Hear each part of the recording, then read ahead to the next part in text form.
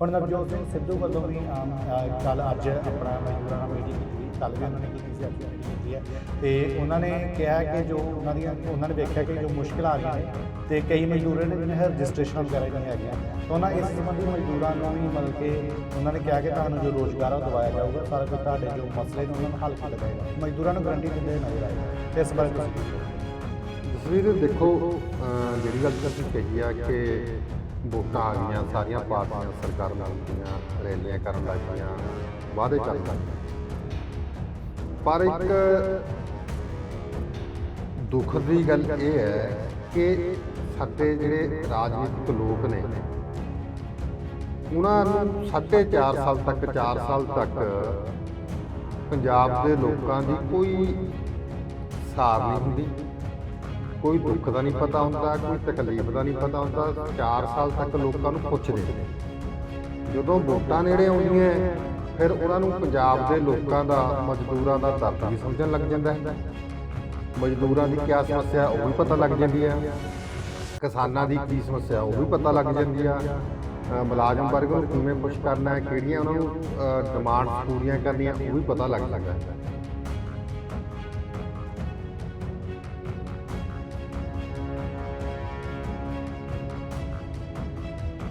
BPL scheme ਲਿੱਤੀ ਹੋਈ ਹੈ ਕਿ ਗਰੀਬੀ ਰੇਖਾ ਤੇ ਨੀਚੇ ਜਿਹੜੇ ਲੋਕ ਰਹਿ ਰਹੇ ਨੇ ਉਹਨਾਂ ਨੂੰ ਸਕੀਮਾਂ ਦਾ ਲਾਭ ਦੇਣਾ। ਇੱਦਾਂ ਹੀ ਇੱਕ PDS ਸਕੀਮ ਆ, ਪਬਲਿਕ ਡਿਸਟ੍ਰੀਬਿਊਸ਼ਨ ਸਿਸਟਮ, ਜਿਹਦੇ ਤਹਿਤ ਗਰੀਬਾਂ ਨੂੰ ਖਾਣ ਪੀਣ ਵਾਲੀਆਂ ਜਿਹੜੀਆਂ ਚੀਜ਼ਾਂ ਜਾਂ ਨੀਲਾ ਕਾਰਡ ਦੇ ਤਹਿਤ ਜਿਹੜੀਆਂ ਉਹ ਰਾਸ਼ਨ ਸਮੱਗਰੀ ਦਿੱਤੀ ਜਾਂਦੀ ਹੈ। ਅੱਜ ਦੁੱਖ ਦੀ ਗੱਲ ਇਹ ਆ ਜਸਵੀਰ ਸਿੰਘ ਕਿ ਜਿਹੜੇ ਲੋੜਵੰਦ ਲੋਕ ਨੇ, ਜਿਹੜਾ ਨੂੰ ਅਸਲ ਮਾਇਨਿਆਂ ਵਿੱਚ ਇਸ ਸਕੀਮ ਦਾ ਲਾਭ ਮਿਲਣਾ ਚਾਹੀਦਾ ਹੈ, ਉਹਨਾਂ ਲੋਕਾਂ ਕੋਲ ਇਸ ਸਕੀਮ ਦਾ ਲਾਭ ਨਹੀਂ ਮਿਲ ਰਿਹਾ। ਪਰ ਜਿਹੜੇ ਰੱਜੇ ਪੁੱਜੇ ਲੋਕ ਨੇ, ਜਿਨ੍ਹਾਂ ਦੀਆਂ ਕੋਠੀਆਂ ਹੈ, ਦੁਕਾਨਾਂ ਹੈ, ਜਿਨ੍ਹਾਂ ਦੇ ਘਰ ਕਾਰਾਂ ਗੱਡੀਆਂ ਖੜੀਆਂ, 2-2 ਮੋਟਰਸਾਈਕਲ ਵੀ ਖੜੇ ਨੇ, ਉਹ ਵੀ ਇਸ ਸਕੀਮ ਦਾ ਲਾਭ ਲੈ ਰਹੇ।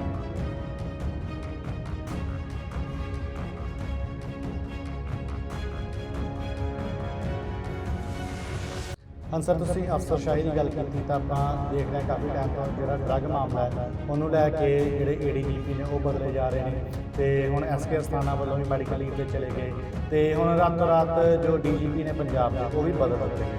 ਇਕਬਾਲਪ੍ਰੀਤ ਸਿੰਘ ਸੋਹਤਾ ਨੂੰ ਹਟਾ ਕੇ ਤੇ ਚਟੋਪਾਧਿਆਏ ਜੀ ਨੂੰ ਲਾਇਆ ਗਿਆ, ਤਾਂ ਇਸ ਬਾਰੇ ਤੁਹਾਨੂੰ ਕੀ ਲੱਗਦਾ ਕਿ ਇਸ ਮਾਮਲੇ ਵਿੱਚ ਅੱਗੇ ਹੋ ਕੀ ਹੋਣਾ ਸਰ? ਦੇਖੋ, ਇਹ ਬਹੁਤ ਹੀ ਹੈਰਾਨੀ ਦੀ ਗੱਲ ਹੈ ਕਿ ਰਾਤੋਂ ਰਾਤ ਜਿਹੜੇ ਅੱਧੀ ਰਾਤ ਨੂੰ ਜਿਹੜੇ ਆਰਡਰ ਆ ਉਹ SH ਚਟੋਪਾਧਿਆਏ ਨੂੰ ਪੰਜਾਬ ਦਾ ਜਿਹੜਾ ਕਾਰਜਕਾਰੀ DGP ਲਾਇਆ ਗਿਆ, ਇਕਬਾਲਪ੍ਰੀਤ ਸਿੰਘ ਸੋਹਤਾ ਦੀ ਛੁੱਟੀ ਕਰ ਦਿੱਤੀ ਗਈ। ਇੱਕ ਪਾਸੇ ਤਾਂ UPSC ਨੇ ਜਿਹੜੀ ਕਿ 21 ਤਰੀਕ ਨੂੰ ਪੰਜਾਬ ਦਾ ਨਵਾਂ DGP ਲਾਉਣ ਵਾਸਤੇ ਜਿਹੜੀ ਮੀਟਿੰਗ ਬੁਲਾਈ ਹੋਈ ਆ, ਉਸ ਦਿਨ 21 ਤਰੀਕ ਨੂੰ ਫੈਸਲਾ ਹੋਣਾ ਕਿ ਪੰਜਾਬ ਦੇ ਵਿੱਚ ਕਿਹੜਾ DGP ਲਾਇਆ ਜਾਵੇ। 4-5 ਦਿਨ ਹਲੇ ਉਸ ਮੀਟਿੰਗ ਦੇ ਬਾਕੀ ਨੇ, ਪਰ ਸਰਕਾਰ ਨੇ ਜਿਸ ਢੰਗ ਨਾਲ DGP ਨੂੰ ਬਦਲਿਆ, ਉਹ ਲੱਗ ਰਿਹਾ ਕਿ ਸਰਕਾਰ ਕੋਈ ਨਾ ਕੋਈ ਵੱਡੀ ਕਾਰਵਾਈ ਕਰਾਉਣਾ ਚਾਹੁੰਦੀ ਆ ਵੋਟਾਂ ਤੋਂ ਪਹਿਲਾਂ। ਸਰ, ਜੇਕਰ ਚੋਣਾਂ ਲੈ ਕੇ ਪ੍ਰੈਸ਼ਰ ਦੀ ਗੱਲ ਕਰੀਏ ਤਾਂ ਪ੍ਰੈਸ਼ਰ ਲੱਗਦਾ ਹਰ ਪਾਸੇ ਵੇਖਣ ਨੂੰ ਮਿਲਦਾ। ਜੇ ਤੁਸੀਂ ਕਾਂਗਰਸ ਪਾਰਟੀ ਦੀ ਗੱਲ ਕਰੀਏ ਤਾਂ ਉਹਨਾਂ ਵੱਲੋਂ ਹਜੇ ਤੱਕ ਆਪਣੇ ਨਾ ਹੀ ਟਿਕਟਾਂ ਦਾ ਐਲਾਨ ਕੀਤਾ ਗਿਆ ਕਿ ਕਿਸ ਬੰਦੇ ਨੂੰ ਕਿੱਥੋਂ ਖੜਾ ਕਰਨਾ ਤੇ ਨਾ ਹੀ ਕੋਈ ਅਫੀਸ਼ੀਅਲ ਦੇ ਤੌਰ ਉੱਤੇ ਆਉਣ ਵਾਲਾ ਮੁੱਖ ਮੰਤਰੀ ਕੌਣ ਹੋਏਗਾ, ਉਸ ਚੀਜ਼ ਦੇ ਬਾਰੇ ਕੋਈ ਗੱਲ ਕਰਦੇ ਤੇ ਹੁਣ ਕਿਹਾ ਜਾ ਰਿਹਾ ਕਿ ਜੋ ਉਹਨਾਂ ਸਕਰੀਨਿੰਗ ਕਮੇਟੀ ਹੈ, ਜੋ ਉਸਦੇ ਅਧਿਕਾਰ ਨੇ ਉਹ ਵੀ ਜੋ ਹਾਈ ਕਮਾਨ ਆ ਉਸ ਦੇ ਕੋਲ ਦੇ ਦਿੱਤੇ ਗਏ, ਤਾਂ ਇਸ ਬਾਰੇ ਤੁਸੀਂ ਕੀ ਕਹੋਗੇ? ਤਸਵੀਰ ਦੇਖੋ, ਇਹ ਕਾਂਗਰਸ ਦੀ ਕਰਵੈਲ ਚੱਲੀ ਆ ਰਹੀ ਹੈ ਕਿ ਕਾਂਗਰਸ ਅਲੱਗ-ਅਲੱਗ ਕਮੇਟੀਆਂ ਜ਼ਰੂਰ ਬਣਾਉਂਦੀ ਆ, ਪਰ ਓਵਰਆਲ ਇੱਕ ਆਪਣੀ ਰਵਾਇਤ ਦੇ ਮੁਤਾਬਕ ਜਿਹੜੇ ਸਾਰੇ ਅਧਿਕਾਰ ਆ ਉਹ ਕੈਂਟਰ ਨੂੰ ਆਪਣੇ ਜਿਹੜੀ ਇਹਨਾਂ ਦੀ ਪਾਰਟੀ ਆ ਉਹਨੂੰ ਦੇ ਦਿੰਦੇ ਆ। ਹੁਣ ਕੱਲ੍ਹ ਵੀ ਚੋਣ ਕਮੇਟੀ ਦੀ ਜਿਹੜੀ ਮੀਟਿੰਗ ਆ ਉਹ ਨਵਜੋਤ ਸਿੱਧੂ ਹੋਰਾਂ ਦੀ ਪ੍ਰਧਾਨਗੀ ਹੇਠ ਹੋਈ, ਪਰ ਉੱਥੇ ਵੀ ਉਹੀ ਕੰਮ ਹੋਇਆ ਜਿਵੇਂ ਅੱਗੇ ਹੋਇਆ। ਪਾਰਟੀ ਦੇ ਵਿੱਚ ਇੱਕ ਮਤਾ ਲਿਆਂਦਾ ਗਿਆ ਕਿ ਜਿਹੜੇ ਉਮੀਦਵਾਰ ਚੁਣਨ ਦਾ ਅਧਿਕਾਰ ਆ ਉਹ ਪਾਰਟੀ ਪ੍ਰਧਾਨ ਸੋਨੀਆ ਗਾਂਧੀ ਨੂੰ ਸੌਂਪ ਦਿੱਤੇ। ਇਹ ਅੱਜ ਦੀ ਨਹੀਂ, ਪਹਿਲਾਂ ਤੋਂ ਇੱਕ ਰਵਾਇਤ ਆ ਉਹਨਾਂ ਦੀ, ਇੱਕ ਮਤਾ ਪੈ ਜਾਂਦਾ। ਪਰ ਇੰਨਾ ਜ਼ਰੂਰ ਆ ਕਿ ਉੱਥੇ ਜਿਹੜੇ ਜਿੰਨੇ ਕਮੇਟੀ ਦੇ ਜਿਹੜੇ ਆਗੂ ਤੇ ਜਿਨ੍ਹਾਂ ਵਿੱਚ ਪਾਰਟੀ ਦੇ ਸਾਬਕਾ ਪ੍ਰਧਾਨ ਨੇ ਤੇ ਉਹਨਾਂ ਨੇ ਇਹੀ ਗੱਲ ਕਹੀ ਤੇ ਹੋਰ ਜਿਹੜੇ ਕਮੇਟੀ ਦੇ ਮੈਂਬਰ ਬਣਾਏ ਤੇ ਕਈ ਸਾਬਕਾ ਮੰਤਰੀ, ਮੌਜੂਦਾ ਮੰਤਰੀ, ਕਿ ਇਸ ਵਾਰੀ 2022 ਦੀਆਂ ਜਿਹੜੀਆਂ ਚੋਣਾਂ ਉਹ ਬਹੁਤ ਦਿਲਚਸਪ ਮੁਕਾਬਲਾ ਹੋਣਾ ਹੈ। ਸਤਿ ਸ਼੍ਰੀ ਅਕਾਲ। ਪੰਜਾਬ ਸਟਾਰ TV ਦੇਖ ਰਹੇ ਤਮਾਮ ਦਰਸ਼ਕਾਂ ਦਾ ਮੈਂ ਜਸਬੀਰ ਸਿੰਘ ਸਵਾਗਤ ਕਰਦਾ ਹਾਂ। ਤੁਸੀਂ ਦੇਖ ਰਹੇ ਹੋ ਪ੍ਰੋਗਰਾਮ ਸਪੈਸ਼ਲ ਰਿਪੋਰਟ। ਇਸ ਪ੍ਰੋਗਰਾਮ ਵਿੱਚ ਅਸੀਂ ਗੱਲ ਕਰਦੇ ਹਾਂ ਪੰਜਾਬ ਨਾਲ ਜੁੜੇ ਕੁਝ ਅਹਿਮ ਮੁੱਦਿਆਂ ਦੇ ਬਾਰੇ ਵਿੱਚ, ਜਿਨ੍ਹਾਂ ਬਾਰੇ ਵਿਸਥਾਰ ਨਾਲ ਚਰਚਾ ਕਰਨ ਲਈ ਸਾਡੇ ਨਾਲ ਮੌਜੂਦ ਨੇ ਸੀਨੀਅਰ ਪੱਤਰਕਾਰ ਜੈ ਸਿੰਘ ਛਿੱਬਰ ਜੀ। ਸਰ, ਬਹੁਤ ਬਹੁਤ ਸਵਾਗਤ ਹੈ ਤੁਹਾਡਾ। ਧੰਨਵਾਦ ਜਸਵੀਰ। ਸਰ, ਅਸੀਂ ਵੇਖ ਰਹੇ ਹਾਂ ਕਿ ਜਿਵੇਂ ਜਿਵੇਂ ਚੋਣਾਂ ਆ ਰਹੀਆਂ ਵਾ, ਸਿਆਸੀ ਰੈਲੀਆਂ ਦਾ ਦੌਰ ਵੱਧ ਰਿਹਾ ਤੇ ਆਮ ਆਦਮੀ ਪਾਰਟੀ ਹੋਵੇ ਜਾਂ ਸ਼੍ਰੋਮਣੀ ਅਕਾਲੀ ਦਲ ਹੋਵੇ, ਵੱਡੀਆਂ ਵੱਡੀਆਂ ਰੈਲੀਆਂ ਕੀਤੀਆਂ ਜਾ ਰਹੀਆਂ ਨੇ। ਉੱਥੇ ਐਲਾਨ ਵੀ ਵੱਡੇ ਵੱਡੇ ਕੀਤੇ ਜਾ ਰਹੇ ਨੇ। ਮੁੱਖ ਮੰਤਰੀ ਚਰਨਜੀਤ ਸਿੰਘ ਚੰਨੀ ਵੱਲੋਂ ਵੀ ਬੜੇ ਐਲਾਨ ਕੀਤੇ ਜਾ ਰਹੇ ਨੇ, ਇੱਕ ਅਰਵਿੰਦ ਕੇਜਰੀਵਾਲ ਵੱਲੋਂ ਵੀ, ਹੁਣ ਨਵਜੋਤ ਸਿੰਘ ਸਿੱਧੂ ਵੱਲੋਂ ਵੀ ਅੱਜ ਆਪਣਾ ਮਜ਼ਦੂਰਾਂ ਨਾਲ ਮੀਟਿੰਗ ਕੀਤੀ ਗਈ। ਕੱਲ੍ਹ ਵੀ ਉਹਨਾਂ ਨੇ ਕੀਤੀ ਸੀ, ਅੱਜ ਵੀ ਮੀਟਿੰਗ ਕੀਤੀ ਹੈ ਤੇ ਉਹਨਾਂ ਨੇ ਕਿਹਾ ਕਿ ਜੋ ਉਹਨਾਂ ਨੇ ਵੇਖਿਆ ਕਿ ਜੋ ਮੁਸ਼ਕਿਲਾਂ ਆ ਰਹੀਆਂ ਨੇ ਤੇ ਕਈ ਮਜ਼ਦੂਰ ਨੇ ਜਿਨ੍ਹਾਂ ਰਜਿਸਟ੍ਰੇਸ਼ਨਾਂ ਵਗੈਰਾ ਹੀ ਨਹੀਂ ਹੈਗੀਆਂ, ਤਾਂ ਉਹਨਾਂ ਇਸ ਸੰਬੰਧੀ ਮਜ਼ਦੂਰਾਂ ਨੂੰ ਵੀ ਮਤਲਬ ਕਿ ਉਹਨਾਂ ਨੇ ਕਿਹਾ ਕਿ ਤੁਹਾਨੂੰ ਜੋ ਰੋਜ਼ਗਾਰ ਆ ਉਹ ਦਿਵਾਇਆ ਜਾਊਗਾ, ਸਾਰਾ ਕੁਝ ਤੁਹਾਡੇ ਜੋ ਮਸਲੇ ਨੇ ਉਹਨਾਂ ਨੂੰ ਹੱਲ ਕੀਤਾ ਜਾਏਗਾ। ਮਜ਼ਦੂਰਾਂ ਨੂੰ ਗਰੰਟੀ ਦਿੰਦੇ ਹੋਏ ਨਜ਼ਰ ਆਏ ਨੇ, ਤੇ ਇਸ ਬਾਰੇ ਤੁਸੀਂ ਕੀ ਕਹੋਗੇ? ਜਸਵੀਰ, ਦੇਖੋ, ਜਿਹੜੀ ਗੱਲ ਤੁਸੀਂ ਕਹੀ ਆ ਕਿ ਵੋਟਾਂ ਆ ਗਈਆਂ, ਸਾਰੀਆਂ ਪਾਰਟੀਆਂ ਸਰਗਰਮ ਹੋ ਗਈਆਂ, ਰੈਲੀਆਂ ਕਰਨ ਲੱਗ ਗਈਆਂ, ਵਾਅਦੇ ਕਰਨ ਲੱਗ ਗਈਆਂ, ਪਰ ਇੱਕ ਦੁੱਖ ਦੀ ਗੱਲ ਇਹ ਹੈ ਕਿ ਸਾਡੇ ਜਿਹੜੇ ਰਾਜਨੀਤਿਕ ਲੋਕ ਨੇ ਉਹਨਾਂ ਨੂੰ 4.5 ਸਾਲ ਤੱਕ 4 ਸਾਲ ਤੱਕ ਪੰਜਾਬ ਦੇ ਲੋਕਾਂ ਦੀ ਕੋਈ ਸਾਰ ਨਹੀਂ ਹੁੰਦੀ, ਕੋਈ ਦੁੱਖ ਦਾ ਨਹੀਂ ਪਤਾ ਹੁੰਦਾ, ਕੋਈ ਤਕਲੀਫ ਦਾ ਨਹੀਂ ਪਤਾ ਹੁੰਦਾ। 4 ਸਾਲ ਤੱਕ ਲੋਕਾਂ ਨੂੰ ਪੁੱਛਦੇ ਨਹੀਂ। ਜਦੋਂ ਵੋਟਾਂ ਨੇੜੇ ਆਉਂਦੀਆਂ ਫਿਰ ਉਹਨਾਂ ਨੂੰ ਪੰਜਾਬ ਦੇ ਲੋਕਾਂ ਦਾ, ਮਜ਼ਦੂਰਾਂ ਦਾ ਦਰਦ ਵੀ ਸਮਝਣ ਲੱਗ ਜਾਂਦਾ ਹੈ। ਮਜ਼ਦੂਰਾਂ ਦੀ ਕਿਆ ਸਮੱਸਿਆ ਉਹ ਵੀ ਪਤਾ ਲੱਗ ਜਾਂਦੀ ਆ, ਕਿਸਾਨਾਂ ਦੀ ਕੀ ਸਮੱਸਿਆ ਉਹ ਵੀ ਪਤਾ ਲੱਗ ਜਾਂਦੀ ਆ, ਮੁਲਾਜ਼ਮ ਵਰਗ ਨੂੰ ਕਿਵੇਂ ਖੁਸ਼ ਕਰਨਾ ਹੈ, ਕਿਹੜੀਆਂ ਉਹਨਾਂ ਨੂੰ ਡਿਮਾਂਡਸ ਪੂਰੀਆਂ ਕਰਨੀਆਂ ਉਹ ਵੀ ਪਤਾ ਲੱਗ ਜਾਂਦਾ ਹੈ। ਹੁਣ ਤੁਸੀਂ ਦੇਖੋ, 4.5 ਸਾਲ ਤੱਕ ਪਹਿਲਾਂ ਮੁੱਖ ਮੰਤਰੀ ਕੈਪਟਨ ਅਮਰਿੰਦਰ ਸਿੰਘ, ਜਿਹੜੇ ਅੱਜ ਕੱਲ੍ਹ ਸਾਬਕਾ ਹੋ ਚੁੱਕੇ ਨੇ, ਹਾਂਜੀ, ਤੇ ਮੌਜੂਦਾ ਮੁੱਖ ਮੰਤਰੀ ਚਰਨਜੀਤ ਸਿੰਘ ਚੰਨੀ, ਇਹ ਬਾਰ-ਬਾਰ ਇਹ ਗੱਲ ਕਹਿੰਦੇ ਰਹੇ ਤੇ ਦਾਅਵੇ ਕਰਦੇ ਰਹੇ ਕਿ ਅਸੀਂ ਜਿਹੜੇ ਮਜ਼ਦੂਰ ਨੇ, ਕੰਸਟਰਕਸ਼ਨ ਵਰਕ ਦਾ ਜਿਹੜਾ ਕੰਮ ਕਰਦੇ ਨੇ, ਲੇਬਰ ਦਾ, ਜਿਹੜੇ ਬਿਲਡਿੰਗਾਂ ਬਣਾਉਣ ਵਾਲੇ ਜਾਂ ਸੜਕਾਂ ਬਣਾਉਣ ਵਾਲੇ ਜਿਹੜੇ ਠੇਕੇਦਾਰਾਂ ਦੇ ਅਧੀਨ ਕੰਮ ਕਰਦੇ ਨੇ, ਕਿ ਉਹਨਾਂ ਨੂੰ ਆਰਥਿਕ ਮਦਦ ਕੀਤੀ ਹੈ। ਕੈਪਟਨ ਅਮਰਿੰਦਰ ਸਿੰਘ ਕਹਿੰਦੇ ਰਹੇ ਕਿ ਜਦੋਂ ਕਰੋਨਾ ਸੰਕਟ ਆਇਆ ਉਦੋਂ ਉਹਨਾਂ ਦੀ ਹੈਲਪ ਕੀਤੀ, ਉਹਨਾਂ ਦੇ ਪੈਸਿਆਂ ਦੇ ਖਾਤਿਆਂ ਦੇ ਵਿੱਚ ਪੈਸੇ ਪਾਏ। ਹਾਂਜੀ, ਮੌਜੂਦਾ ਮੁੱਖ ਮੰਤਰੀ ਨੇ ਇਹ ਦਾਅਵਾ ਕੀਤਾ ਸੀਗਾ ਕਿ ਅਸੀਂ 3100 ਰੁਪਈਆ ਹਰੇਕ ਮਜ਼ਦੂਰ ਨੂੰ ਅਦਾ ਕੀਤਾ ਹੈ। ਪਰ ਅੱਜ ਜਿਹੜੇ ਨਵਜੋਤ ਸਿੰਘ ਸਿੱਧੂ ਨੇ, ਪੰਜਾਬ ਕਾਂਗਰਸ ਦੇ ਪ੍ਰਧਾਨ ਨੇ, ਉਹ ਮੋਹਾਲੀ ਦੇ ਨੇੜੇ ਮਦਨਪੁਰਾ ਚੌਂਕ 'ਚ ਗਏ। ਉੱਥੋਂ ਜਾ ਕੇ ਉਹਨਾਂ ਨੂੰ ਸਵੇਰੇ ਪੁੱਛਿਆ ਵੀ ਕਿਵੇਂ ਆ ਤੁਹਾਡਾ ਹਾਲ ਚਾਲ ਹੈ, ਕਿਆ ਤੁਹਾਡੀ ਰਜਿਸਟ੍ਰੇਸ਼ਨ ਹੋਈ ਆ, ਜਿਹੜੀ ਕੰਸਟਰਕਸ਼ਨ ਵਰਕਰ ਦੇ ਤਹਿਤ ਹੋਣੀ ਹੁੰਦੀ ਆ ਆਪਣਾ ਲੇਬਰ ਡਿਪਾਰਟਮੈਂਟ ਦੇ ਕੋਲ, ਉਹ ਸਾਰੇ ਮੁੱਕਰ ਗਏ ਕਿ ਨਹੀਂ ਹੋਈ।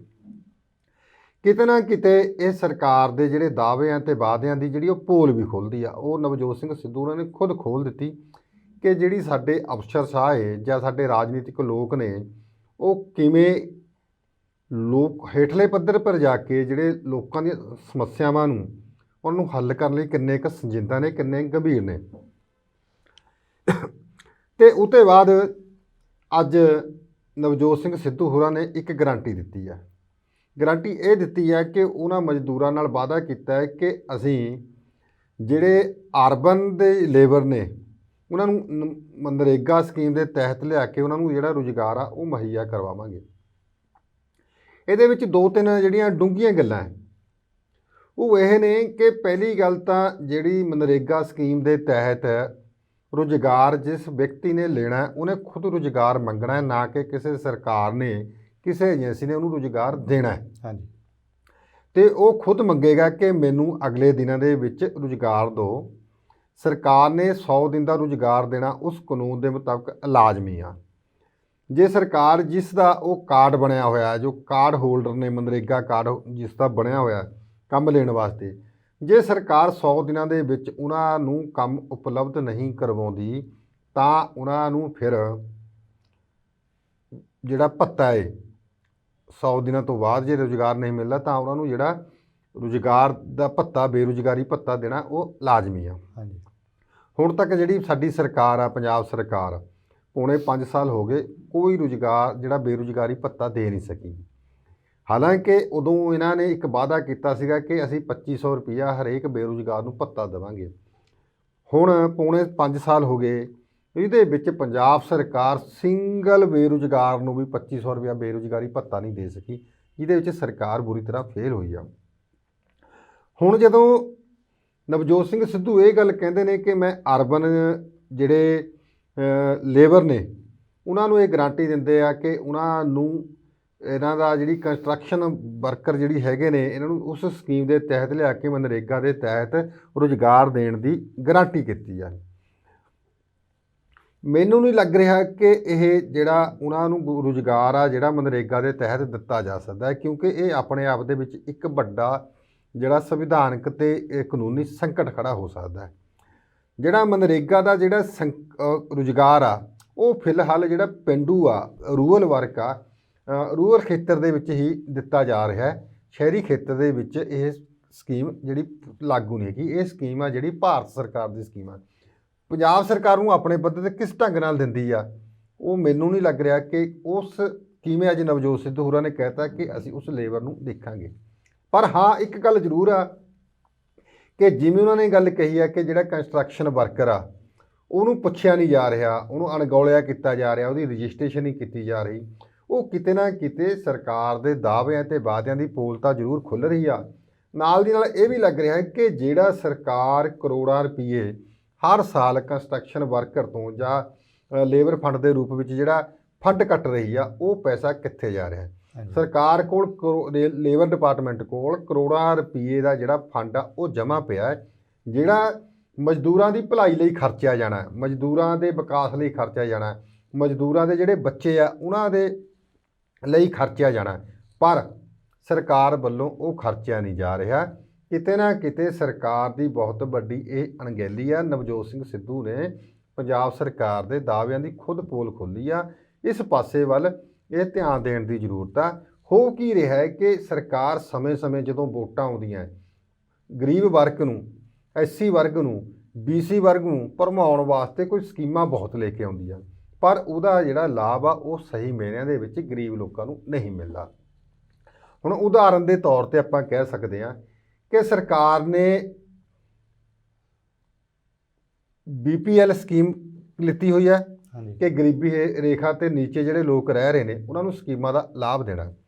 ਇੱਦਾਂ ਹੀ ਇੱਕ PDS ਸਕੀਮ ਆ, ਪਬਲਿਕ ਡਿਸਟ੍ਰੀਬਿਊਸ਼ਨ ਸਿਸਟਮ, ਜਿਹਦੇ ਤਹਿਤ ਗਰੀਬਾਂ ਨੂੰ ਖਾਣ ਪੀਣ ਵਾਲੀਆਂ ਜਿਹੜੀਆਂ ਚੀਜ਼ਾਂ ਜਾਂ ਨੀਲਾ ਕਾਰਡ ਦੇ ਤਹਿਤ ਜਿਹੜੀਆਂ ਉਹ ਰਾਸ਼ਨ ਸਮੱਗਰੀ ਦਿੱਤੀ ਜਾ ਰਹੀ ਆ। ਅੱਜ ਦੁੱਖ ਦੀ ਗੱਲ ਇਹ ਆ ਜਸਵੀਰ ਸਿੰਘ ਕਿ ਜਿਹੜੇ ਲੋੜਵੰਦ ਲੋਕ ਨੇ ਜਿਹਨਾਂ ਨੂੰ ਅਸਲ ਮਾਇਨਿਆਂ ਵਿੱਚ ਇਸ ਸਕੀਮ ਦਾ ਲਾਭ ਮਿਲਣਾ ਚਾਹੀਦਾ, ਉਹਨਾਂ ਲੋਕਾਂ ਕੋਲ ਇਹ ਸਕੀਮ ਦਾ ਲਾਭ ਨਹੀਂ ਮਿਲ ਰਿਹਾ। ਪਰ ਜਿਹੜੇ ਰੱਜੇ ਪੁੱਜੇ ਲੋਕ ਨੇ ਜਿਨ੍ਹਾਂ ਦੀਆਂ ਕੋਠੀਆਂ ਹੈ, ਦੁਕਾਨਾਂ ਹੈ, ਜਿਨ੍ਹਾਂ ਦੇ ਘਰ ਕਾਰਾਂ ਗੱਡੀਆਂ ਖੜੀਆਂ, 2-2 ਮੋਟਰਸਾਈਕਲ ਵੀ ਖੜੇ ਨੇ, ਉਹ ਵੀ ਇਸ ਸਕੀਮ ਦਾ ਲਾਭ ਲੈ ਰਹੇ ਨੇ। ਆਪਣੇ ਆਪ ਤੇ ਬੰਦੇ ਨੂੰ ਝਾਤੀ ਮਾਰਨ ਦੀ ਜ਼ਰੂਰਤ ਹੈ ਕਿ ਅਸੀਂ ਕਿਹਨਾਂ ਲੋਕਾਂ ਦਾ ਹੱਕ ਮਾਰ ਕੇ ਖਾ ਰਹੇ ਨੇ। ਹਾਂਜੀ, ਪਰਮਾਤਮਾ ਨੇ ਤੁਹਾਨੂੰ ਸਾਰਾ ਕੁਝ ਦਿੱਤਾ ਹੋਇਆ, ਗੱਡੀਆਂ ਦਿੱਤੀਆਂ ਹੋਈਆਂ, ਕਾਰਾਂ ਦਿੱਤੀਆਂ ਹੋਈਆਂ, ਮੋਟਰਸਾਈਕਲ ਦਿੱਤੇ ਹੋਏ, ਕੋਠੀਆਂ ਪਾਈਆਂ, ਫਿਰ ਵੀ ਤੁਸੀਂ ਤੁਛ ਜੀ ਅਮਾਨਤ ਲਈ ਜਿਹੜੀ ਗਰੀਬ ਵਰਗ ਵਾਸਤੇ ਆ ਉਹਨਾਂ ਦਾ ਹਿੱਸਾ ਖਾਣ ਵਾਸਤੇ ਤੁਸੀਂ ਉਹਨਾਂ ਦੇ ਹਿੱਸੇ ਦੀ ਜਿਹੜੀ ਹੈਗੀ ਆ ਉਹ ਮੁਫਤ ਦੇ ਵਿੱਚ ਚੀਜ਼ਾਂ ਲੈ ਰਹੇ ਨੇ। ਹਾਂਜੀ, ਇਹ ਘੱਟੋ ਘੱਟ ਜਿਹੜੇ ਉਹ ਲੋਕ ਨੇ ਉਹਨਾਂ ਨੂੰ ਆਪਣੇ ਆਪ ਅੰਦਰ ਝਾਤੀ ਮਾਰਨ ਦੀ ਜ਼ਰੂਰਤ ਆ ਕਿ ਅਸੀਂ ਜਿਹੜੀ ਸਰਕਾਰੀ ਸਕੀਮਾਂ ਹੈ ਉਹਨਾਂ ਨੂੰ ਡੀਰੇਲ ਨਾ ਕਰੀਏ। ਜਿਸ ਵਰਗ ਵਾਸਤੇ ਉਹ ਬਣੀਆਂ, ਜੋ ਅਸਲ ਵਿੱਚ ਲੋੜਵੰਦ ਆ, ਉਹਨਾਂ ਨੂੰ ਮਿਲਣੀ ਚਾਹੀਦੀ ਆ। ਇਹਦਾ ਇਹ ਨਹੀਂ ਲੱਗ ਰਿਹਾ ਕਿ ਉਹਨਾਂ ਲੋਕਾਂ ਨੂੰ ਲੱਗ ਰਿਹਾ ਕਿ ਸਾਨੂੰ ਮੁਫਤ ਦੀ ਮਿਲਦੀ ਆ, ਪਰ ਜਦੋਂ ਸਰਕਾਰ ਉਹ ਸਬਸਿਡੀਆਂ ਦਾ ਪੈਸਾ ਜਾਂ ਉਸ ਜਿਹੜੀਆਂ ਵੱਖ-ਵੱਖ ਜਿਹੜੀਆਂ ਸਕੀਮਾਂ ਲੋਕ ਭਲਾਈ ਦੀਆਂ ਬਣੀਆਂ ਉੱਧਰ ਪੈਸਾ ਦਿੰਦੀ ਆ, ਤਾਂ ਕਿਤੇ ਨਾ ਕਿਤੇ ਉਹਨਾਂ ਦੀ ਭਰਪਾਈ ਕਰਨ ਵਾਸਤੇ ਸਰਕਾਰ ਆ ਜਿਹੜੀ ਟੈਕਸ ਲਾਉਂਦੀ ਆ। ਪਰ ਟੈਕਸ ਆ ਜਿਹੜੇ ਸਾਰੇ ਵਰਗਾਂ ਪਰ ਬਰਾਬਰ ਲੱਗਦੇ ਆ। ਕਿਤੇ ਨਾ ਕਿਤੇ ਉਹੀ ਪੈਸਾ ਘੁੰਮ ਫਿਰ ਕੇ ਜਿਹੜਾ ਟੈਕਸ ਦਾ ਤੁਹਾਡੇ ਪਰ ਪੈ ਰਿਹਾ। ਜੇ ਉਹਨਾਂ ਲੋਕਾਂ ਨੂੰ ਇਹ ਗੱਲ ਸਮਝ ਲੈਣੀ ਚਾਹੀਦੀ ਆ, ਉਨੇ ਹੀ ਸਰਕਾਰ ਨੂੰ ਟੈਕਸ ਜਿਹੜੇ ਵੱਧ ਆ ਉਹ ਲਾਉਣੇ ਪੈਂਦੇ ਆ। ਸਰਕਾਰ ਟੈਕਸ ਵੱਧ ਲਾ ਕੇ ਤੁਹਾਡੇ ਕੋਲ ਨਾਲ ਦੀ ਨਾਲ ਵਸੂਲੀ ਆ ਜਿਹੜੀ ਉਹ ਕਰੀ ਜਾ ਰਹੀ ਆ। ਇੱਦਾਂ ਹੀ ਦੇਖੋ ਪਿਛਲੇ ਦਿਨਾਂ ਦੇ ਦੌਰਾਨ ਜਦੋਂ ਅਕਾਲੀ ਭਾਜਪਾ ਸਰਕਾਰ ਸੀ, ਸਰਕਾਰ ਨੇ ਇੱਕ ਜਿਹੜੀ ਉਹਨਾਂ ਲੋਕਾਂ ਨੇ ਵੀ ਪੈਨਸ਼ਨਾਂ ਵਸੂਲੀਆਂ ਜਿਹੜੇ ਪੈਨਸ਼ਨਾਂ ਦੇ ਹੱਕਦਾਰ ਦੇ ਵਿਧਵਾ ਓਵਰ ਏਜ ਦੀ। ਸਰਕਾਰ ਸਮਾਜਿਕ ਸੁਰੱਖਿਆ ਦੇ ਤਹਿਤ 4 ਤਰ੍ਹਾਂ ਦੀ ਪੈਨਸ਼ਨ ਦਿੰਦੀ ਆ। ਇੱਕ ਵਿਡੋ ਨੂੰ, ਇੱਕ ਜਿਹੜੇ ਵਿਕਲਾਂਗ ਨੇ ਜਿਹੜਾ ਦੇ ਮਤਲਬ, ਇੱਕ ਜਿਹੜੇ ਨਿਰਭਰ ਬੱਚੇ ਨੇ ਜਿਹੜੇ ਜਿਨ੍ਹਾਂ ਦਾ ਕੋਈ ਬਾਲੀ ਵਾਰਸ ਨਹੀਂ, ਇੱਕ ਜਿਹੜੇ ਨੇ ਓਲਡ ਏਜ ਨੇ। ਪਰ ਉਸ ਸਮੇਂ ਬਹੁਤ ਸਾਰੇ ਲੋਕਾਂ ਨੇ ਜਿਨ੍ਹਾਂ ਦੀ ਉਮਰ ਆ ਜਿਹੜੀ ਘੱਟ ਸੀਗੀ, ਉਹਨੇ ਵੱਧ ਉਮਰ ਲਵਾ ਕੇ ਦਿਖਾ ਕੇ ਆਪਣੀ ਪੈਨਸ਼ਨਾਂ ਲਵਾਈਆਂ। ਸਰਕਾਰ ਨੇ ਇਹਦੀ ਜਾਂਚ ਕੀਤੀ, ਲੱਖਾਂ ਲੋਕ ਆ ਜਿਹੜੇ ਜਾਲੀ ਪਏ ਗਏ, ਸਰਕਾਰ ਨੇ ਇਨਕੁਆਰੀ ਵੀ ਕਰਾ ਲਈ। ਅੱਜ ਪੌਣੇ 5 ਸਾਲ ਹੋ ਗਏ, ਸਰਕਾਰ ਉਹਨਾਂ ਲੋਕਾਂ ਦੇ ਖਿਲਾਫ ਕੋਈ ਕੰਮ ਨਹੀਂ ਕਰ ਸਕੀ, ਨਾ ਹੀ ਕੋਈ ਰਿਕਵਰੀ ਕਰ ਸਕੀ ਆ ਕਿ ਜਿਹੜੇ ਲੋਕਾਂ ਨੇ ਆਪਣੀ ਪੈਨਸ਼ਨ ਲਈ ਆ ਉਹਨਾਂ ਦੇ ਖਿਲਾਫ ਕੋਈ ਕਾਰਵਾਈ ਕੀਤੀ ਜਾਵੇ। ਨਾ ਅਫਸਰਾਂ ਦੇ ਖਿਲਾਫ ਕਾਰਵਾਈ ਕੀਤੀ ਜਾ ਰਹੀ ਹੈ, ਕਿਤੇ ਨਾ ਕਿਤੇ ਸਰਕਾਰੀ ਧਨ ਨੂੰ ਲੁੱਟਿਆ ਜਾ ਰਿਹਾ। ਸਰਕਾਰ ਵੀ ਅਣਗਹਿਲੀ ਵਰਤਦੀ ਆ, ਅਫਸਰਸ਼ਾਹੀ ਆ ਜਿਹੜੀ ਜੋ ਪੋਲੀਟੀਕਲ ਲੋਕ ਕਹਿੰਦੇ ਨੇ ਉਹਨਾਂ ਦੇ ਮੁਤਾਬਕ ਚੱਲੀ ਜਾ ਰਹੀ ਆ। ਪੰਜਾਬ ਦੇ ਖਜ਼ਾਨੇ ਨੂੰ ਲੁਟਾਉਣ ਲੱਗੇ ਹੋਏ ਨੇ। ਅੱਗੇ ਨਾ ਉਹ ਲੋਕ ਸੋਚਦੇ ਨੇ 1000 ਰੁਪਏ ਪਿੱਛੇ ਪਹਿਲਾਂ 750 ਰੁਪਇਆ ਸੀਗਾ, ਫਿਰ 1000 ਹੁਣ 1500 ਰੁਪਇਆ ਜਿਹੜੀ ਪੈਨਸ਼ਨ ਆ। 1500 ਰੁਪਏ ਪਿੱਛੇ ਤੁਸੀਂ ਸਰਕਾਰ ਦੇ ਕਿੰਨੇ ਪੈਸੇ ਲਟਾ ਰਹੇ ਆ, ਉਹੀ ਕਿਤੇ ਨਾ ਕਿਤੇ ਸਿੱਧੇ ਰੂਪ ਦੇ ਵਿੱਚ ਤੁਹਾਡੇ ਪਰ ਪੈ ਰਿਹਾ। ਕਦੇ ਚਾਹੇ ਤੁਹਾਡੇ ਪਰ ਬਿਜਲੀ ਦੀਆਂ ਜਿਹੜੀਆਂ ਦਰਾਂ ਵਧੀਆਂ ਹੋਈਆਂ ਹੋਣ, ਚਾਹੇ ਤੁਹਾਡੇ ਪਰ ਪਾਣੀ ਦੇ ਬਿੱਲ ਵਸੂਲੇ ਜਾਣ, ਚਾਹੇ ਤੁਹਾਡੇ ਕੋਲ ਸੀਵਰੇਜ ਦੇ ਬਿੱਲ ਵਸੂਲੇ ਜਾਣ, ਜਾਂ ਤੁਹਾਡੇ ਕੋਲ ਸਿੱਧੇ ਜਾਂ ਸਿੱਧੇ ਤੌਰ ਤੇ ਕੋਈ ਹੋਰ ਟੈਕਸ ਲਾਏ ਜਾਣ। ਪੰਜਾਬ ਦੇ ਲੋਕਾਂ ਨੂੰ ਆਪਣੇ ਅੰਦਰ ਝਾਤ ਮਾਰਨ ਦੀ ਜ਼ਰੂਰਤ ਆ ਕਿ ਤੁਸੀਂ ਕਿੱਥੇ ਖੜੇ ਹੋ। ਸੱਚਮੁੱਚ ਜਿਹੜੇ ਲੋਕਾਂ ਨੂੰ ਉਹਨਾਂ ਸਕੀਮਾਂ ਦਾ ਲਾਭ ਮਿਲਣਾ ਚਾਹੀਦਾ ਹੈ, ਉਹਨਾਂ ਸਕੀਮਾਂ ਨੂੰ ਲੋਕਾਂ ਨੂੰ ਇਹ ਲਾਭ ਦੇਣਾ ਚਾਹੀਦਾ ਹੈ। ਦੂਜੀ ਗੱਲ ਜਿਹੜੀ ਅਫਸਰਸ਼ਾਹੀ ਆ, ਉਹਨੂੰ ਵੀ ਇਹ ਗੱਲ ਸਮਝ ਲੈਣੀ ਚਾਹੀਦੀ ਹੈ ਕਿ ਕਿਤੇ ਨਾ ਕਿਤੇ ਹੋ ਸਕਦਾ ਕਿ ਇਹ ਸਾਰੀ ਜਿਹੜੀ ਬਲਾ ਹੈ ਉਹਨਾਂ ਦੇ ਗਲ ਪੈ ਸਕਦੀ ਆ, ਉਹਨਾਂ ਦੇ ਉੱਪਰ ਪੈ ਸਕਦੀ ਆ। ਇਸ ਕਰਕੇ ਜੋ ਕਾਨੂੰਨ ਦੇ ਵਿੱਚ ਰਹਿ ਕੇ, ਜੋ ਸੰਵਿਧਾਨ ਦੇ ਦਾਇਰੇ ਵਿੱਚ ਰਹਿ ਕੇ ਉਹੀ ਕੰਮ ਆ ਜਿਹੜਾ ਕਰਨਾ ਚਾਹੀਦਾ ਹੈ। ਹਾਂ ਸਰ, ਤੁਸੀਂ ਅਫਸਰਸ਼ਾਹੀ ਦੀ ਗੱਲ ਕੀਤੀ ਤਾਂ ਆਪਾਂ ਦੇਖ ਰਹੇ ਹਾਂ ਕਾਫੀ ਟਾਈਮ ਤੋਂ ਜਿਹੜਾ ਡਰੱਗ ਮਾਮਲਾ ਹੈ ਉਹਨੂੰ ਲੈ ਕੇ ਜਿਹੜੇ ADGP ਨੇ ਉਹ ਬਦਲੇ ਜਾ ਰਹੇ ਨੇ, ਤੇ ਹੁਣ SK ਅਸਥਾਨਾ ਵੱਲੋਂ ਵੀ ਮੈਡੀਕਲ ਲੀਵ ਤੇ ਚਲੇ ਗਏ, ਤੇ ਹੁਣ ਰਾਤੋਂ ਰਾਤ ਜੋ DGP ਨੇ ਪੰਜਾਬ ਦੇ ਉਹ ਵੀ ਬਦਲ ਦਿੱਤੇ ਗਏ। ਇਕਬਾਲਪ੍ਰੀਤ ਸਿੰਘ ਸੋਹਤਾ ਨੂੰ ਹਟਾ ਕੇ ਤੇ ਚਟੋਪਾਧਿਆਏ ਜੀ ਨੂੰ ਲਾਇਆ ਗਿਆ। ਤਾਂ ਇਸ ਬਾਰੇ ਤੁਹਾਨੂੰ ਕੀ ਲੱਗਦਾ ਕਿ ਇਸ ਮਾਮਲੇ ਦੇ ਵਿੱਚ ਅੱਗੇ ਹੋਰ ਕੀ ਮੋੜ ਆ ਸਕਦੇ ਨੇ? ਦੇਖੋ, ਇਹ ਬਹੁਤ ਹੀ ਹੈਰਾਨੀ ਦੀ ਗੱਲ ਹੈ ਕਿ ਰਾਤੋਂ ਰਾਤ ਜਿਹੜੇ ਅੱਧੀ ਰਾਤ ਨੂੰ ਜਿਹੜੇ ਆਰਡਰ ਆ ਉਹ SH ਚਟੋਪਾਧਿਆਏ ਨੂੰ ਪੰਜਾਬ ਦਾ ਜਿਹੜਾ ਕਾਰਜਕਾਰੀ DGP ਲਾਇਆ ਗਿਆ, ਇਕਬਾਲਪ੍ਰੀਤ ਸਿੰਘ ਸੋਹਤਾ ਦੀ ਛੁੱਟੀ ਕਰ ਦਿੱਤੀ ਗਈ ਆ। ਇੱਕ ਪਾਸੇ ਤਾਂ UPSC ਨੇ ਜਿਹੜੀ ਕਿ 21 ਤਰੀਕ ਨੂੰ ਪੰਜਾਬ ਦਾ ਨਵਾਂ DGP ਲਾਉਣ ਵਾਸਤੇ ਜਿਹੜੀ ਮੀਟਿੰਗ ਬੁਲਾਈ ਹੋਈ ਆ, ਉਸ ਦਿਨ 21 ਤਰੀਕ ਨੂੰ ਫੈਸਲਾ ਹੋਣਾ ਕਿ ਪੰਜਾਬ ਦੇ ਵਿੱਚ ਕਿਹੜਾ DGP ਲਾਇਆ ਜਾਣਾ। 4-5 ਦਿਨ ਹਲੇ ਉਸ ਮੀਟਿੰਗ ਦੇ ਬਾਕੀ ਨੇ, ਪਰ ਸਰਕਾਰ ਨੇ ਜਿਸ ਢੰਗ ਨਾਲ DGP ਨੂੰ ਬਦਲਿਆ ਹੈ, ਉਹ ਲੱਗ ਰਿਹਾ ਕਿ ਸਰਕਾਰ ਕੋਈ ਨਾ ਕੋਈ ਵੱਡੀ ਕਾਰਵਾਈ ਕਰਾਉਣਾ ਚਾਹੁੰਦੀ ਆ ਵੋਟਾਂ ਤੋਂ ਪਹਿਲਾਂ। ਜਿਵੇਂ ਪਬਲਿਕ ਪੰਜਾਬ ਇਨਫੋਰਮੇਸ਼ਨ ਬਿਊਰੋ ਆ ਜਿਹੜਾ ਉਹਦਾ ਮੁਖੀ ਲਾਇਆ ਜਾਣਾ ਸੀਗਾ, ਉਹਦੇ ਵਿੱਚ ਸਰਕਾਰ ਨੇ ਪਹਿਲਾਂ ਅਰਪਤ ਸ਼ੁਕਲਾ ਨੂੰ ਲਾਇਆ, ਉਹ ਤੋਂ ਬਾਅਦ ਕੁਝ ਦੇਰ ਬਾਅਦ ਫਿਰ ਵਰਿੰਦਰ ਕੁਮਾਰ ਨੂੰ ਲਾਇਆ, ਉਹਦੀ ਵੀ ਛੁੱਟੀ ਹੋ ਗਈ। ਫਿਰ SK ਅਸਥਾਨਾ ਨੂੰ ਲਾਇਆ, ਫਿਰ SK ਅਸਥਾਨਾ ਵੀ ਮੈਡੀਕਲ ਲੀਵ ਤੇ ਛੁੱਟੀ ਲੈ ਕੇ ਚਲੇ ਗਏ ਨੇ। ਕਿਤੇ ਨਾ ਕਿਤੇ ਇਹ ਨਿਕਲ ਕੇ ਗੱਲ ਆ ਰਹੀ ਆ ਕਿ ਸਰਕਾਰ ਵੱਲੋਂ ਇਹਨਾਂ ਪੁਲਿਸ ਅਧਿਕਾਰੀਆਂ 'ਤੇ ਇਹ ਪ੍ਰੈਸ਼ਰ ਪਾਇਆ ਜਾ ਰਿਹਾ ਸੀ ਕਿ ਡਰੱਗ ਅਤੇ ਬੇਅਦਬੀ ਦੇ ਮਾਮਲੇ ਵਿੱਚ ਕਾਰਵਾਈ ਕੀਤੀ ਜਾਵੇ, ਕਿਉਂਕਿ ਪੰਜਾਬ ਦੇ ਲੋਕ ਵਾਰ-ਵਾਰ ਸਵਾਲ ਖੜੇ ਕਰਦੇ ਨੇ, ਪੁੱਛ ਰਹੇ ਨੇ ਕਿ ਤੁਹਾਡੀ ਸਰਕਾਰ ਨੇ ਕੀਤਾ ਕੀ। ਕੈਪਟਨ ਅਮਰਿੰਦਰ ਸਿੰਘ ਨੇ ਤੇ ਸਾਰੇ ਆਗੂਆਂ ਨੇ 2017 ਦੀਆਂ ਚੋਣਾਂ ਤੋਂ ਪਹਿਲਾਂ ਪੰਜਾਬ ਦੇ ਲੋਕਾਂ ਨਾਲ ਵਾਅਦਾ ਕੀਤਾ ਸੀ ਕਿ ਅਸੀਂ ਦੋਸ਼ੀ ਜਿਹੜੇ ਹੋਣਗੇ ਆਪਣੇ ਡਰੱਗ ਦੇ ਮਾਮਲੇ ਦੇ, ਜੇ ਵੱਡੀਆਂ ਮੱਛੀਆਂ, ਉਹਨਾਂ ਨੂੰ ਗ੍ਰਿਫਤਾਰ ਕਰਾਂਗੇ, ਹਿਰਾਸਤ ਵਿੱਚ ਲਵਾਂਗੇ। ਇੱਦਾਂ ਹੀ ਅਸੀਂ ਜਿਹੜਾ ਨਸ਼ੇ ਦਾ ਲੱਕ ਤੋੜਾਂਗੇ, ਬੇਅਦਬੀ ਦੇ ਜਿਹੜੇ ਅਸਲ ਦੋਸ਼ੀ ਦੇ ਉਹਨਾਂ ਨੂੰ ਗ੍ਰਿਫਤਾਰ ਕਰਾਂਗੇ। ਪਰ ਸਰਕਾਰ 4.5 ਸਾਲਾਂ ਦੇ ਦਰਮਿਆਨ ਕੋਈ ਪੂਣੀ ਨਹੀਂ ਕੱਤ ਸਕੀ। ਹੁਣ ਪੰਜਾਬ ਦੇ ਲੋਕ ਉਹਨਾਂ ਨੂੰ ਸਵਾਲ ਖੜੇ ਕਰ ਰਹੇ ਨੇ, ਸਵਾਲ ਪੁੱਛ ਰਹੇ ਨੇ। ਇਸ ਕਰਕੇ ਸਰਕਾਰ ਆਪਣੀ ਚਮੜੀ ਬਚਾਉਣ ਖਾਤਰ ਕੋਈ ਅਜਿਹਾ ਕਦਮ ਪੁੱਟਣਾ ਚਾਹੁੰਦੀ ਆ ਕਿ ਕਾਨੂੰਨੀ ਕਾਰਵਾਈ ਕੀਤੀ ਜਾ ਸਕੇ, ਉਹਨਾਂ ਲੋਕਾਂ ਨੂੰ ਹਿਰਾਸਤ ਵਿੱਚ ਲੈ ਸਕੇ ਜਿਨ੍ਹਾਂ ਨੂੰ ਪੰਜਾਬ ਦੇ ਲੋਕ ਚਾਹੁੰਦੇ ਨੇ, ਤਾਂ ਕਿ ਉਹ ਮੁੜ ਵੋਟਾਂ ਦੇ ਵਿੱਚ ਆ ਕੇ ਉਹਨਾਂ ਦੀ ਬੱਲੇ ਬੱਲੇ ਕਰ ਸਕਣ, ਉਹਨਾਂ ਨੂੰ ਕੁਛ ਨਾ ਕੁਛ ਸਿਆਸੀ ਫਾਇਦਾ ਹੋ ਸਕੇ। ਦੂਜੇ ਪਾਸੇ ਜਿਹੜੀ ਇੱਕ ਚਰਚਾ ਹੈ, ਇਹ ਗਲੀ ਚੱਲ ਪਈ ਹੈ ਕਿ ਸਰਕਾਰ ਇਹਨਾਂ ਅਫਸਰਾਂ ਪਰ ਦਬਾਅ ਪਾ ਰਹੀ ਆ। ਇਹ ਅਫਸਰ ਆ ਜਿਹੜੇ ਧੱਕੇ ਨਾਲ ਜਾਂ ਜਬਰੀ ਜਿਹੜੇ ਕੰਮ ਆ ਉਹ ਕਰਨਾ ਨਹੀਂ ਚਾਹੁੰਦੇ। ਕਿਤੇ ਨਾ ਕਿਤੇ ਸਰਕਾਰ ਦੀ ਸਮਾਜ ਦੇ ਵਿੱਚ ਫਜ਼ੀਅਤ ਹੋ ਰਹੀ ਆ। ਜਿਵੇਂ ਕਿ SK ਅਸਥਾਨਾ ਨੇ ਇੱਕ DGP ਨੂੰ ਚਿੱਠੀ ਲਿਖੀ, ਇਕਬਾਲਪ੍ਰੀਤ ਸਿੰਘ ਹੋਰਾਂ ਨੂੰ, ਉਹ ਚਿੱਠੀ ਲੀਕ ਹੋ ਗਈ। ਇਹਦੇ ਨਾਲ ਵੀ ਸਰਕਾਰ ਦੀ ਕਿਰਕਰੀ ਹੋਈ ਆ।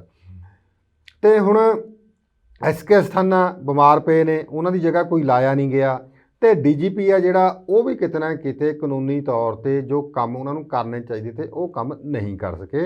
ਇਸ ਕਰਕੇ ਜਿਹੜੇ ਐਸਐਚਓ ਢੁਪਾਦੇ ਆ ਜਿਨ੍ਹਾਂ ਦੀ ਪਹਿਲਾਂ ਹੀ ਨਵਜੋਤ ਸਿੰਘ ਸਿੱਧੂ ਵਕਾਲਤ ਕਰ ਰਹੇ ਤੇ ਕਿ ਇਹਨਾਂ ਨੂੰ ਲਾਇਆ ਜਾਣਾ ਚਾਹੀਦਾ, ਇੱਕ ਦਬੰਗ ਕਿਸਮ ਦੇ ਜਿਹੜੇ ਅਫਸਰ ਮੰਨੇ ਜਾਂਦੇ ਆ ਕਿ ਇਹਨਾਂ ਨੂੰ ਲਾਇਆ ਜਾਵੇ, ਤੇ ਹੁਣ ਰਾਤੋਂ ਰਾਤ ਜਿਹੜਾ ਗ੍ਰਹਿ ਵਿਭਾਗ ਆ ਉਹਨਾਂ ਨੇ ਐਸਐਚਓ ਢੁਪਾਦੇ ਦੀ ਜਿਹੜੀ ਬਤੌਰ ਕਾਰਜਕਾਰੀ ਡੀਜੀਪੀ ਨਿਯੁਕਤੀ ਕਰ ਦਿੱਤੀ। ਹੁਣ ਇਹ ਦੇਖਣਾ ਬਣਦਾ ਹੈ ਕਿ ਇਹ ਡੀਜੀਪੀ ਭਾਵੇਂ ਕਿ ਇਹਨਾਂ ਦਾ ਨਾਮ ਪੈਨਲ ਵਿੱਚ ਪੰਜਾਬ ਸਰਕਾਰ ਨੇ ਯੂਪੀਐਸਸੀ ਨੂੰ ਭੇਜਿਆ ਹੋਇਆ ਕਿ ਸਰਕਾਰ ਇਹਨਾਂ ਦੀ ਜਿਹੜੀ ਨਿਯੁਕਤੀ ਆ ਉਹ ਕੇਂਦਰ ਸਰਕਾਰ ਜਾਂ ਯੂਪੀਐਸਸੀ ਇਹਨਾਂ ਨੂੰ ਪ੍ਰਵਾਨਗੀ ਦਿੰਦੀ ਹੈ ਜਾਂ ਨਹੀਂ ਦਿੰਦੀ, ਕਿਉਂਕਿ ਉਹਨਾਂ ਨੇ 3 ਜਿਹੜੇ ਪੁਲਿਸ ਅਧਿਕਾਰੀ ਨੇ ਸੀਨੀਅਰ ਉਹਨਾਂ ਦਾ ਨਾਮ ਭੇਜਣਾ ਪੈਨਲ ਵਾਸਤੇ। ਸਰਕਾਰ ਨੇ ਉਹਨਾਂ ਵਿੱਚੋਂ ਕਿਸੇ ਨੂੰ ਇੱਕ ਨੂੰ ਚੁਣਨਾ ਹੁੰਦਾ।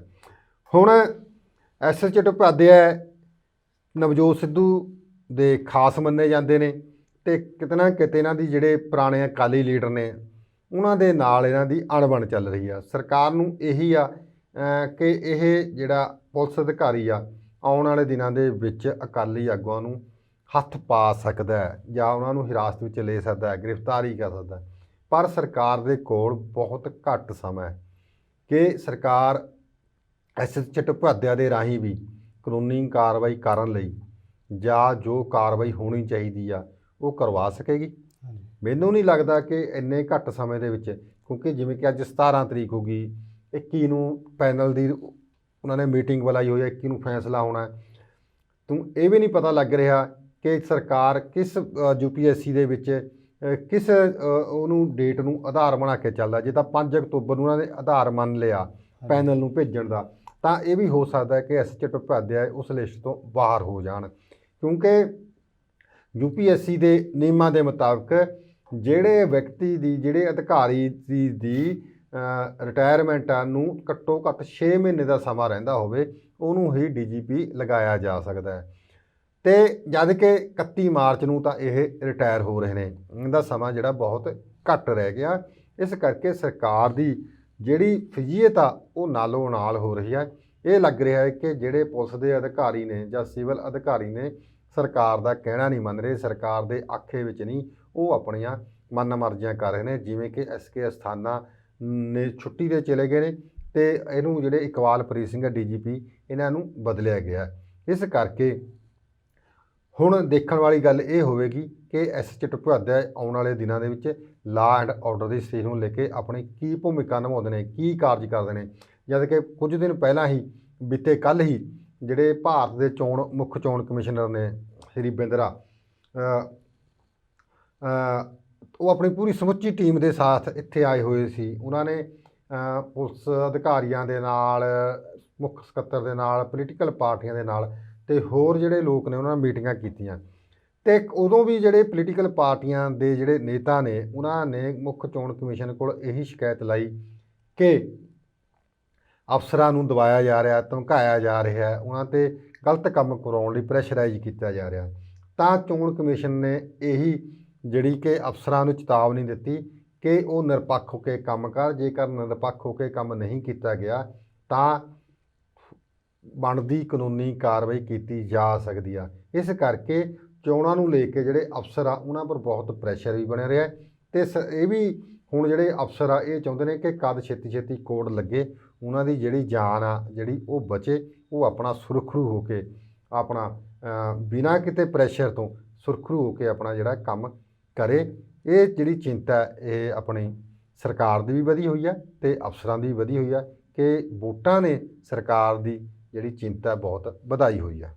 ਹਾਂ ਸਰ, ਜੇਕਰ ਚੋਣਾਂ ਨੂੰ ਲੈ ਕੇ ਪ੍ਰੈਸ਼ਰ ਦੀ ਗੱਲ ਕਰੀਏ ਤਾਂ ਪ੍ਰੈਸ਼ਰ ਲਗਭਗ ਹਰ ਪਾਸੇ ਵੇਖਣ ਨੂੰ ਮਿਲਦਾ। ਜੇਕਰ ਅਸੀਂ ਕਾਂਗਰਸ ਪਾਰਟੀ ਦੀ ਗੱਲ ਕਰੀਏ ਤਾਂ ਉਹਨਾਂ ਵੱਲੋਂ ਹਜੇ ਤੱਕ ਆਪਣੇ ਨਾ ਹੀ ਟਿਕਟਾਂ ਦਾ ਕੋਈ ਐਲਾਨ ਕੀਤਾ ਗਿਆ ਕਿ ਕਿਸ ਬੰਦੇ ਨੂੰ ਕਿੱਥੋਂ ਖੜਾ ਕਰਨਾ ਹੈ ਤੇ ਨਾ ਹੀ ਕੋਈ ਅਫੀਸ਼ੀਅਲ ਦੇ ਤੌਰ ਉੱਤੇ ਆਉਣ ਵਾਲਾ ਮੁੱਖ ਮੰਤਰੀ ਕੌਣ ਹੋਏਗਾ ਉਸ ਚਿਹਰੇ ਬਾਰੇ ਕੋਈ ਗੱਲ ਕੀਤੀ ਗਈ ਹੈ।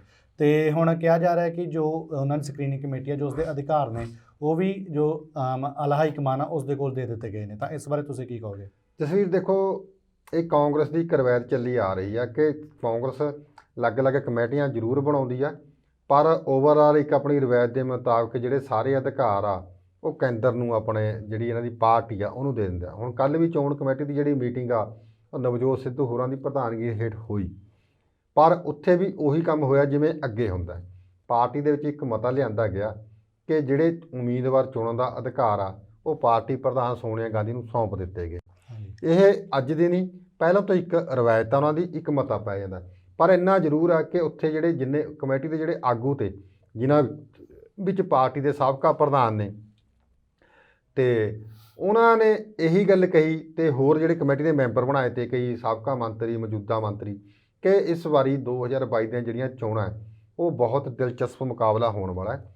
ਸਾਨੂੰ ਸਾਫ਼ ਸੁਥਰੇ ਕਿਰਦਾਰ ਵਾਲੇ ਜਿਹੜੇ ਉਮੀਦਵਾਰ ਆ ਉਹ ਚੋਣ ਮੈਦਾਨ ਵਿੱਚ ਉਤਾਰਨੇ ਚਾਹੀਦੇ ਆ, ਜਿਨ੍ਹਾਂ ਕਰਕੇ ਪਾਰਟੀ ਦੀ ਜਿਹੜੀ ਸਥਿਤੀ ਧੂਮਲ ਹੋ ਰਹੀ ਆ, ਗਲਤ ਪ੍ਰਭਾਵ ਪੈ ਰਿਹਾ, ਉਹਨਾਂ ਲੋਕਾਂ ਨੂੰ ਟਿਕਟ ਨਾ ਦਿੱਤੀ ਜਾਵੇ। ਕਿਉਂਕਿ 2017 ਦੀਆਂ ਜਦੋਂ ਚੋਣਾਂ ਹੋਈਆਂ, 2017 ਦੇ ਵਿੱਚ ਪੰਜਾਬ ਦੇ ਲੋਕਾਂ ਨੇ ਅਕਾਲੀ ਭਾਜਪਾ ਦਾ ਜਿਹੜਾ ਕੁਸ਼ਾਸਨ ਸੀਗਾ 10 ਸਾਲ ਦਾ, ਉਹਨਾਂ ਤੋਂ ਅੱਕ ਕੇ, ਉਹਨਾਂ ਤੋਂ ਥੱਕ ਕੇ, ਉਹਨਾਂ ਤੋਂ ਪ੍ਰਸ਼ਾਸਨ ਦਾ ਜਿਹੜਾ ਉਹ ਸੀਗਾ ਉਹ ਤੋਂ ਤੰਗ ਆ ਕੇ ਕਾਂਗਰਸ ਪਰ ਭਰੋਸਾ ਕੀਤਾ, ਕੈਪਟਨ ਅਮਰਿੰਦਰ ਸਿੰਘ ਨੂੰ ਪੰਜਾਬ ਦਾ ਮੁੱਖ ਮੰਤਰੀ ਬਣਾਇਆ ਸੀਗਾ। ਇਹ ਗੱਲ ਵੱਖਰੀ ਹੈ ਕਿ ਜਿਹੜੇ ਵਾਅਦੇ ਕੈਪਟਨ ਅਮਰਿੰਦਰ ਸਿੰਘ ਹੋਰਾਂ ਨੇ ਕੀਤੇ ਤੇ, ਕਾਂਗਰਸ ਪਾਰਟੀ ਨੇ ਕੀਤੇ ਤੇ, 4.5 ਸਾਲਾਂ ਦੇ ਵਿੱਚ ਕੈਪਟਨ ਅਮਰਿੰਦਰ ਸਿੰਘ ਉਹਨਾਂ ਵਾਅਦਿਆਂ ਤੇ ਖਰੇ ਨਹੀਂ ਉਤਰ ਸਕੇ।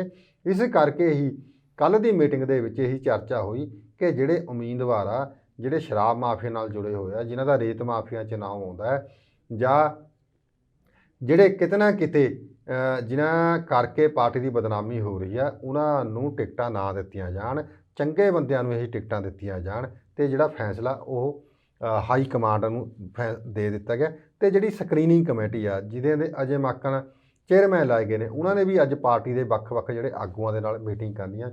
ਇਹ ਫਿਰ ਇੱਥੋਂ 20 ਤਰੀਕ ਤੱਕ ਉਹਨਾਂ ਨੇ ਜਿਹੜੇ ਉਮੀਦਵਾਰ ਆ ਉਹਨਾਂ ਤੋਂ ਲਿਸਟਾਂ ਮੰਗੀਆਂ ਕਿ ਆਪਣੇ ਕਿਹੜੇ-ਕਿਹੜੇ ਲੋਕ ਨੇ ਜਿਨ੍ਹਾਂ ਨੇ ਟਿਕਟਾਂ ਮੰਗਣ ਵਾਲੇ ਨੇ, ਉਹ ਟਿਕਟਾਂ ਅਪਲਾਈ ਕਰਨਗੇ। ਫਿਰ ਉਹ ਤੋਂ ਬਾਅਦ ਹੀ ਜਾ ਕੇ ਜਿਹੜੀ ਸਕਰੀਨਿੰਗ ਕਮੇਟੀ ਹੈ ਇਹਨਾਂ ਦੀ, ਉਹਦੀ ਮੀਟਿੰਗ ਹੋਵੇਗੀ, ਉਹਦੇ ਵਿੱਚ ਜਿਹੜੇ ਉਮੀਦਵਾਰਾਂ ਦੀ ਲਿਸਟ ਆ ਉਹ ਤੈਅ ਕਰ ਦੇਣਗੇ।